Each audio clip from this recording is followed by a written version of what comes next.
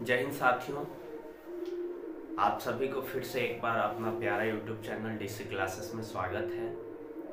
आज class 12th के विद्यार्थियों के लिए जीव विज्ञान यानी बायोलॉजी का कुछ सब्जेक्टिव महत्वपूर्ण प्रश्न लेकर आए हैं।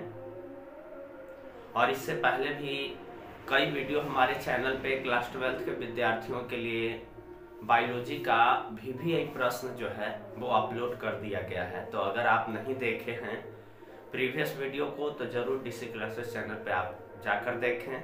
और ये ऐसे जीव विज्ञान के ऐसे महत्वपूर्ण सब्जेक्टिव प्रश्न को हम आपके लिए लेकर आए हैं जो 2024 के आने वाले एग्जाम में 100% गारंटी है, यानी कि आने की संभावना जो है वो आपका 100% रहेगा।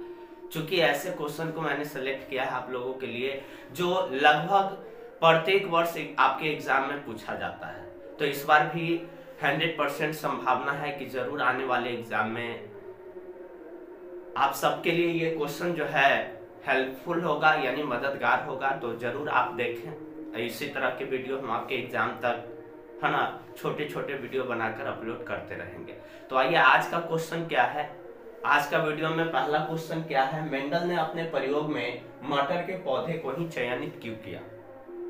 आप ऑफलाइन क्लास में पढ़े होंगे कि मेंडल ने अपने प्रयोग में मटर के पौधे को ही चयनित क्यों किया था, इसके पीछे रीजन क्या था। तो देखिए यहाँ पे आंसर के रूप में हम क्या लिख दिए हैं, मेंडल ने अपने प्रयोग में मटर के पौधे को ही चुने क्योंकि पहला, मटर के पौधे का जीवन काल 2 से 3 माह का होता है, पहला पॉइंट। दूसरा, इसके पुष्प द्विलिंगी होते हैं।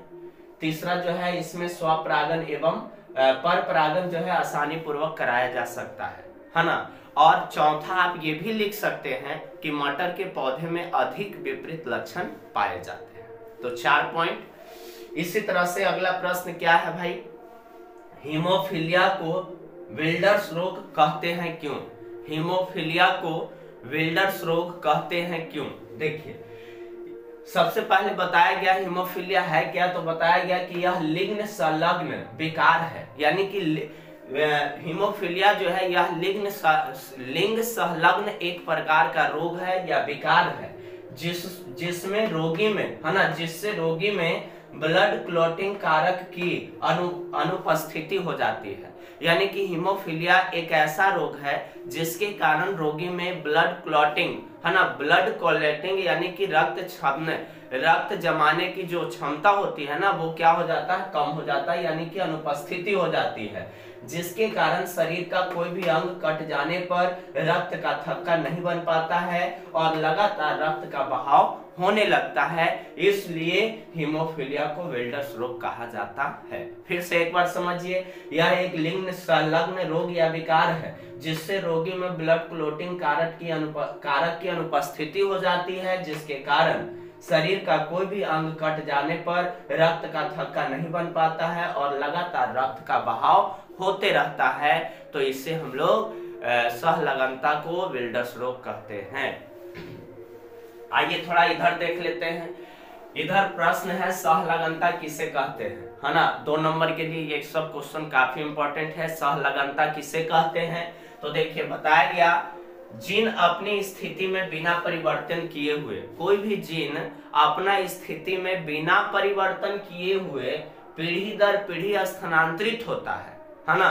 यानी कि जीन अपनी स्थिति में बिना परिवर्तन किए हुए पीढ़ी दर पीढ़ी स्थानांतरित होता है, जिसे हम लोग सहलगनता कहते हैं।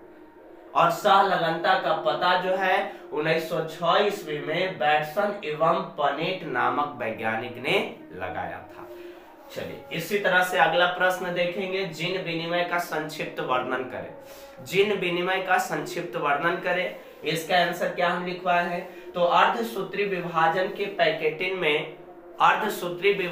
पैकेटिन में समजात गुणसूत्र एक दूसरे के नजदीक आते हैं और उनका क्रोमैटिड आपस में संयोजित होकर जीनों की अदला बदली करते हैं, तो उसे हम लोग जीन विनिमय कहते हैं। एक बार और देखिए, अगर आपके एग्जाम में जीन विनिमय का संक्षिप्त वर्णन करें, जीन विनिमय क्या है, जीन विनिमय से आप क्या समझते हैं, इस तरह के क्वेश्चन आए तो आप लिख सकते हैं कि अर्धसूत्री विभाजन के पैकेटिन में समजात गुणसूत्र एक दूसरे के नजदीक आते हैं और उनका क्रोमैटिड आपस में संयोजित होकर जीनों की अदला बदली करते हैं, तो उसे हम लोग क्या कहते हैं? जीन विनिमय कहते हैं। ये 4 क्वेश्चन इस वीडियो में, इस क्लास में आप सबके लिए, और 5वां क्वेश्चन जो है वो आपके लिए। अगर इसका आंसर आप जानते हैं तो जरूर आप कमेंट बॉक्स में इसका आंसर छापें। मेंडल के एक संकर संकरण से आप क्या समझते हैं?